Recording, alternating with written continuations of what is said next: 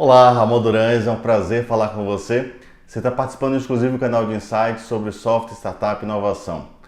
Hoje eu vou falar sobre desperdício de dinheiro em projetos de software. Então, quem já acompanha o canal sabe muito bem que eu trago insights direto da trincheira e para mim é sempre uma grande oportunidade de conversar com você. Desperdício de projetos de software acho que é um tema que afeta todos vocês, né? Não importa a sua área, se você está trabalhando em algum projeto de software, possivelmente você já observou alguma coisa que está gerando desperdício de dinheiro nos projetos de software, né? Com essa dinâmica que a gente está vivendo, com esse volume muito grande, cada vez maior de aplicações, e isso vai ser crescente, tá? Porque faz parte do movimento de adoção da tecnologia no mercado, de adoção de software em todos os cenários de projetos, e acaba gerando um volume desproporcional, que é bom, tá? de projetos, mas ao mesmo tempo muita coisa também acaba acontecendo de forma desgovernada. Obviamente isso já acontecia antes, e talvez com a evolução da tecnologia, né, com o volume de coisas que vão acontecendo, com a pressão que a tecnologia está sofrendo, esse desperdício tende a aumentar, tá? Isso nos projetos de software de todos os cenários que vocês possam imaginar. Eu vou colocar o primeiro ponto, que é um ponto chave, eu acho que é comum a todo mundo. Fala-se sobre banco de dados, né? Banco de dados é um ponto, assim, parece que é uma espinha ainda dorsal que as equipes de software ainda não conseguiram destrinchar corretamente o que é banco de dados e o que é aplicação, tá? Eu tenho conversado sobre isso, já falei em outros vídeos, lembra de assinar o canal e participar nos comentários, sobre o impacto do banco de dados, seja de performance, seja da dificuldade de manutenção quando você embute inteligência de negócio no banco de dados. Então o banco de dados para você tem que ser um repositório, tá? E toda a sua estratégia de inteligência de aplicação tem que estar desacoplada. Então o tema banco de dados é um assunto com frequência que gera desperdício e tem uma causa raiz, né? Eu até escrevi um artigo faz algum tempo, onde eu comentei sobre essa história, né, do relacionamento do banco de dados com o profissional de software, né? Lembra que lá atrás não tinha uma camada bem definida, né? Então o banco de dados era uma camada. E aí evoluiu há mais de quantos anos nós temos orientação a objeto. Eu não estou nem falando ainda de estratégias avançadas de arquitetura nem de alta performance, mas falando somente de orientação a objeto, né? Então esse paradigma ainda permanece, né? Ainda tem pessoas que quando você fala em aplicação já pensa logo no banco de dados. Você já passou por isso? Não? Confessa aí, fala sério. Porque provavelmente você aprendeu assim, tá? E eu acho que o ponto-chave é você não continuar assim. O fato de você ter aprendido não te impede de criar um ciclo de renovação, tá? Porque vai se tornar um grande gargalo no seu projeto de software. Então, assim, às vezes parece aquela coisa que começa inocente, mas um projeto errado de aplicação e banco de dados é um gargalo em qualquer cenário, tá? E aí eu não estou nem ainda entrando no cenário de qualidade, de como você vai escalar isso. Mas é uma questão de mindset, né? Chega ao ponto de aplicações se limitarem em função de projetos de banco de dados. Então isso para mim assim é o limite, né? Então isso é um ponto chave para ficar aí no seu radar. Outro ponto fundamental é o legado, né? O que legado, Ramon? Eu convivo muito com clientes que estão em estágios de transformação de projetos, tá? E o maior desafio, por incrível que pareça, né, é desapegar do legado. Então, naturalmente, as equipes de projeto, elas tendem a repetir o mesmo erro, independente da tecnologia nova que você esteja utilizando, tá? Então, eu acho que esse é um ponto também altamente crítico, porque gera um desperdício de milhões e milhões de reais.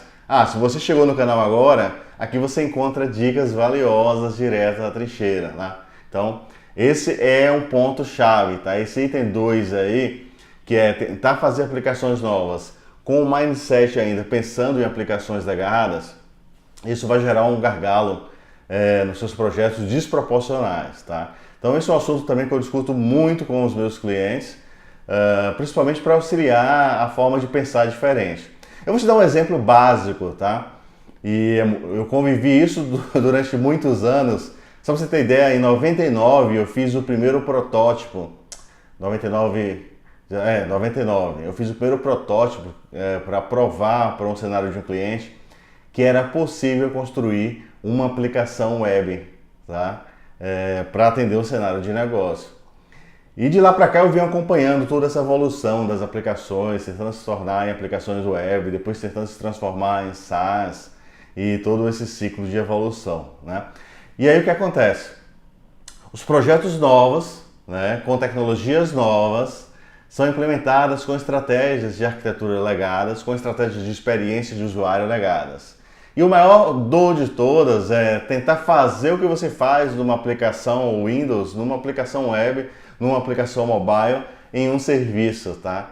Então, imagina nesse mundo conectado que você precisa entender, né, essa questão de experiência de consumo, tá? Barramento de serviço. Isso para mim é o básico. E experiência de usuário. Então, assim, você tem que entender o impacto disso tudo. Uma situação no cenário que você conseguia fazer lá no passado não é relevante mais hoje. Não implica que você vai perder a funcionalidade. Você tem que repensar diferente. Mas o maior gargalo de todos aí quando você envolve o legado é tentar fazer software novo simplesmente mantendo uma visão do legado. Então isso é a maior dificuldade, porque você tem que criar N pontos eu chamo de anticorrupção, para evitar que você traga problemas do legado para dentro da sua aplicação. E o maior de todos é repetir os problemas que você já faz no desenvolvimento do seu próprio software, né? Porque às vezes você enxerga lá um cenário e aí você vai tentar repassar esse cenário para o projeto novo, e se você não parar para dar um head reset geral, você simplesmente vai voltar a fazer CRUD de novo, tá? Então esse é também um ponto chave que eu gostaria de deixar ressaltado nesse bate-papo com a gente, tá? Outro assunto muito relevante, eu não sei o quanto vocês estão levando em consideração, que é em relação à visão de negócio, tá? Uma das coisas que evoluiu e eu acompanhei muito é a necessidade do profissional de software se envolver no negócio, tá? Se você ainda trabalha no CPD e recebe pizza embaixo da porta, não vai ter espaço no mercado para você, tá? Começa por aí. Então, assim, o profissional de software moderno, ele precisa entender o valor de negócio.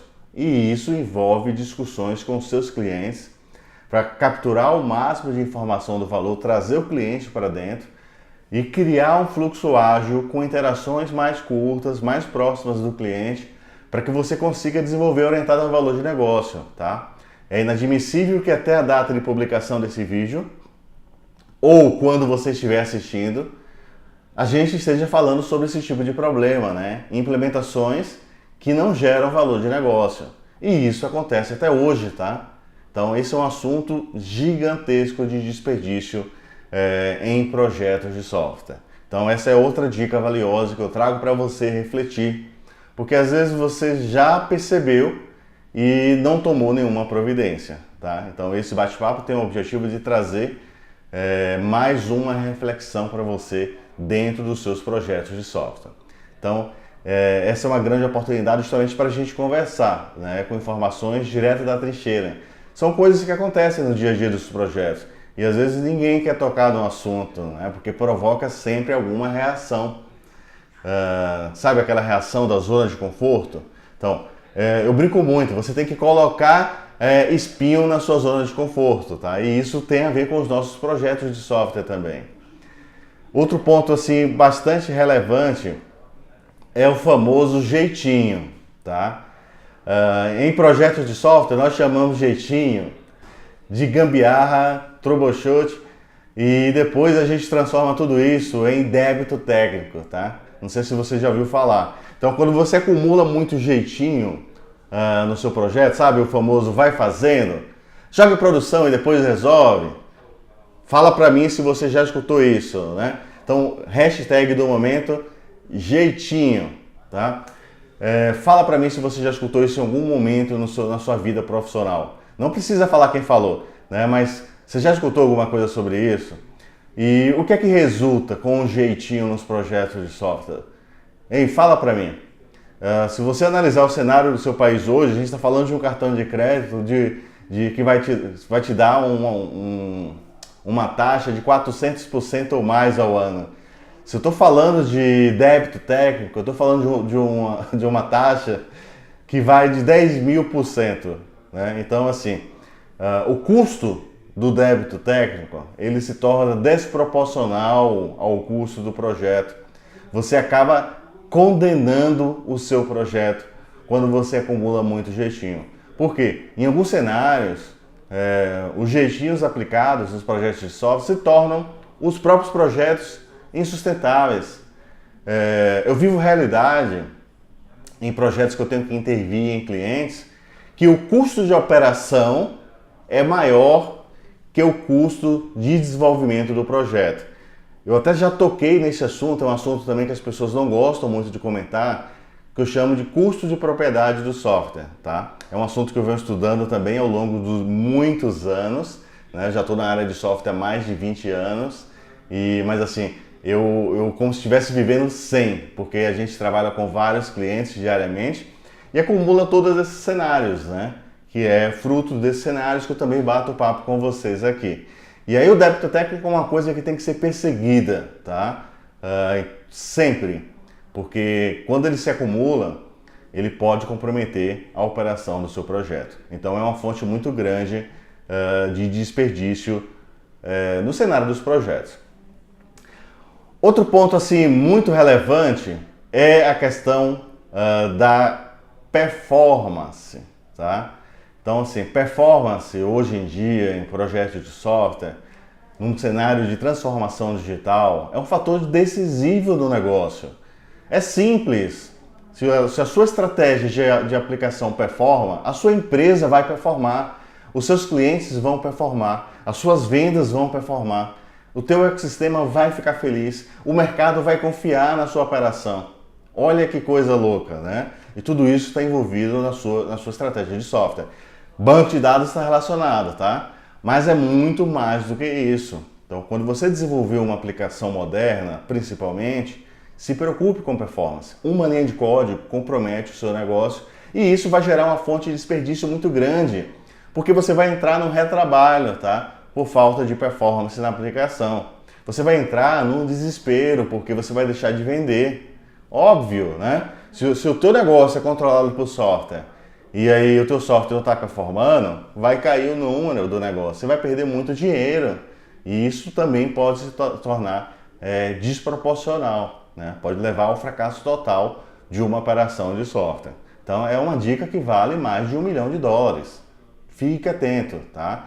E aí quando você olha para o performance, eu até gravei também um outro vídeo, tem um artigo sobre anatomia da performance, onde eu detalho mais pontos sobre isso. Mas de uma maneira geral, assim, aquela linha que você codifica, ela tem que ser pensada, né? Não pode simplesmente sair jogando linhas, digitando, como se estivesse digitando um livro, né? Você está desenvolvendo. Então é muito importante a gente reforçar isso. E cada implementação que você faz durante o seu desenvolvimento tem que ser medida a performance, tem que ser analisado a melhor forma de fazer, tá?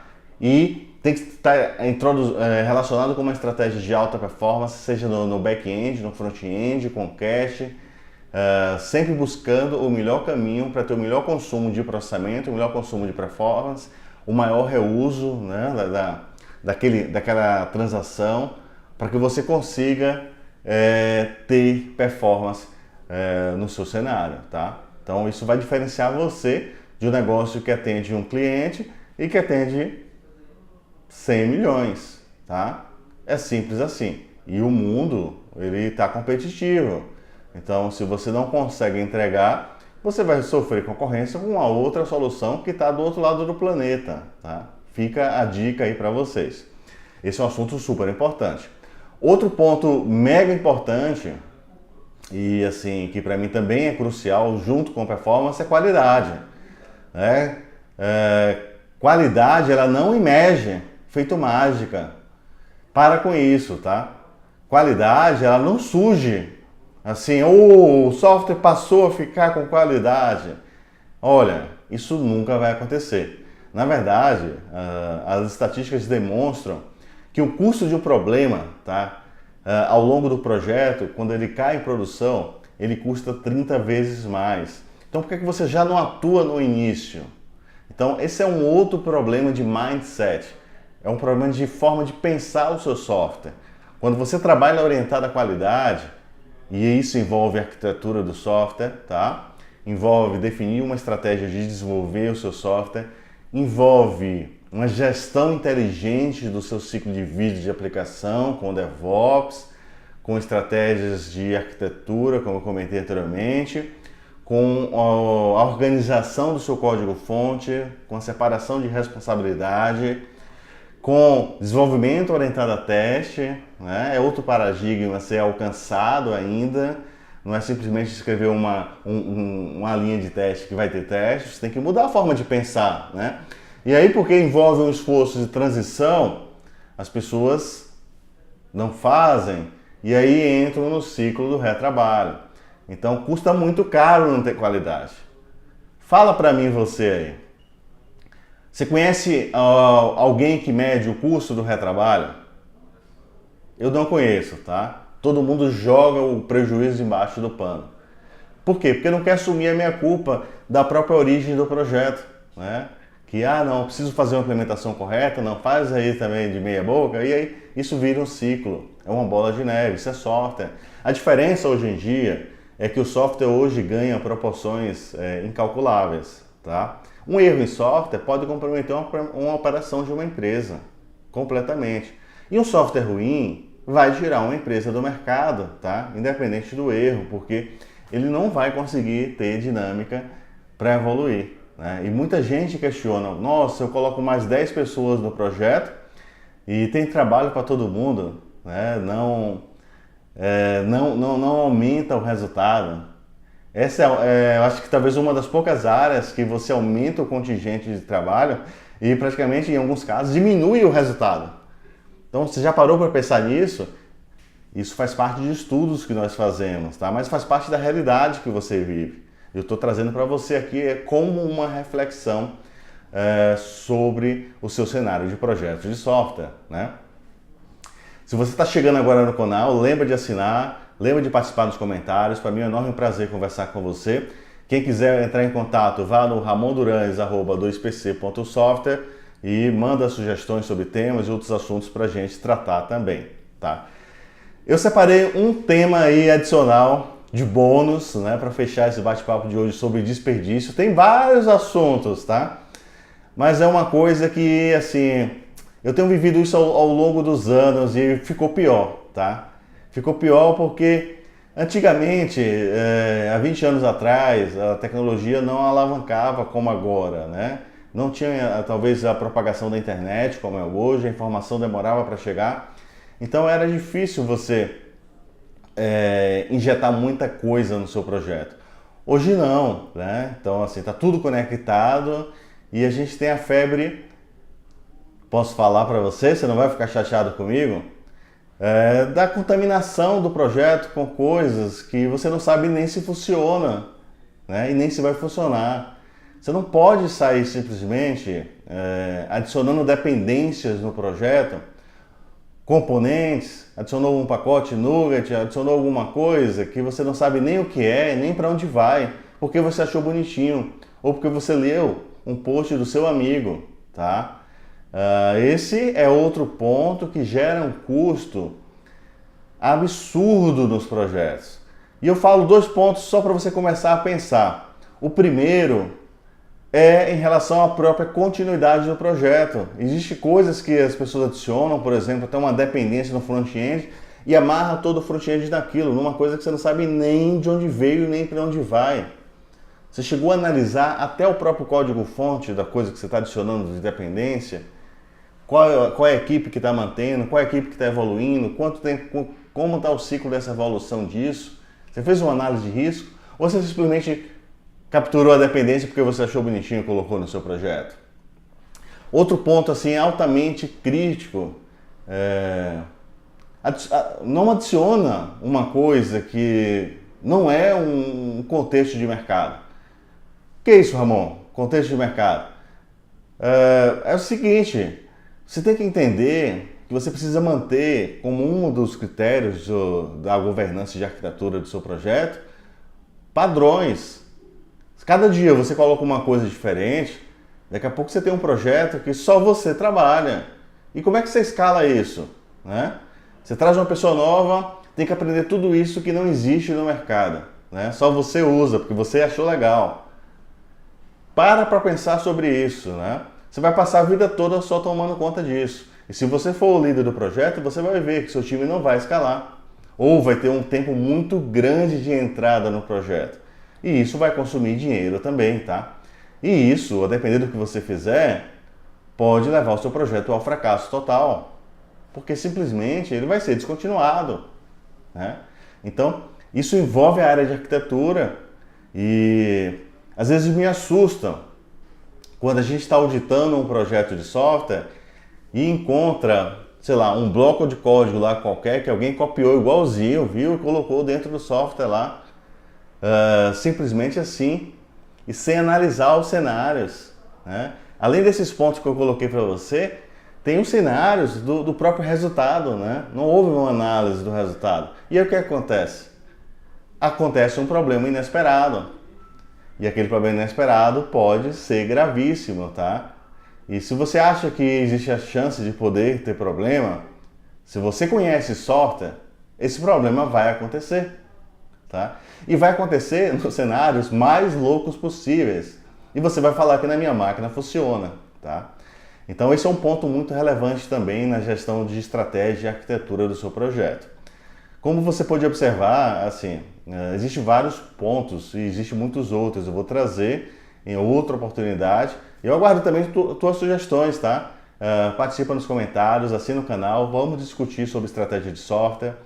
Eu tenho trabalhado muito com esse assunto ao longo dos últimos anos, tá? O meu dia a dia é projeto de software e eu acabo observando coisas com muita frequência. E essas coisas eu vou trazendo aqui para a gente discutir nesse canal, onde eu abordo o tema principal é software, estratégia e se a gente está vendo coisas acontecendo com muita recorrência, por que a gente não discutir? Então convida os seus amigos do Facebook, do LinkedIn, no WhatsApp, compartilha esse vídeo, vamos discutir esse tema com mais pessoas. Quem quiser entrar em contato comigo, já está o e-mail ramondurans@2pc.soft. Eu trabalho na empresa 2PC, tá? Quem quiser discutir sobre estratégia de transformação digital de aplicações, pode visitar também aí diretamente no browser 2pc.software, não tem .com.br, e é uma oportunidade de a gente discutir como a gente pode apoiar os clientes nessa transição, né, de projetos de software. Eu brinco muito. A gente fala muito hoje em transformação digital de aplicações e as aplicações continuam enganchadas. Então a gente precisa repensar toda a estratégia dos seus projetos de software. E o nosso trabalho é justamente apoiar os clientes nessa transição, para que você consiga realmente ter produtividade no seu projeto de software, para que você consiga ter continuidade, para que você consiga ter escalabilidade, performance, qualidade. Todos esses pontos que são desejos, né, são possíveis, mas tem que pensar diferente, tá? Tem que abrir a mente e tem que criar uma força-tarefa de transformação para mudar todo o mindset do projeto. É assim que a gente tem conduzido ao longo dos anos esse processo de aceleração na modernização de aplicações. Obrigado a vocês que participaram aqui desse vídeo, tá? Eu estou aí à disposição para a gente conversar. Assista os outros vídeos também, estou sempre publicando alguma coisa. Me manda sugestões nos comentários, me manda sugestões por e-mail. Se você tem alguma coisa que você quer que eu traga aqui, os temas que estiverem mais em alta eu vou estar trazendo dentro desse canal de Insight, tá? Então são dicas valiosas para vocês, profissionais de software em geral. É sempre um prazer conversar. E é sempre um prazer contribuir de alguma forma com a evolução de todo o ecossistema de desenvolvimento de software. Um forte abraço para vocês, Até a próxima. Não esquece daquela chuva de like que é muito valiosa. Compartilha com 10 pessoas, escolhe 10 desenvolvedores e compartilha esse vídeo para a gente aumentar ainda mais as discussões, ok? Forte abraço!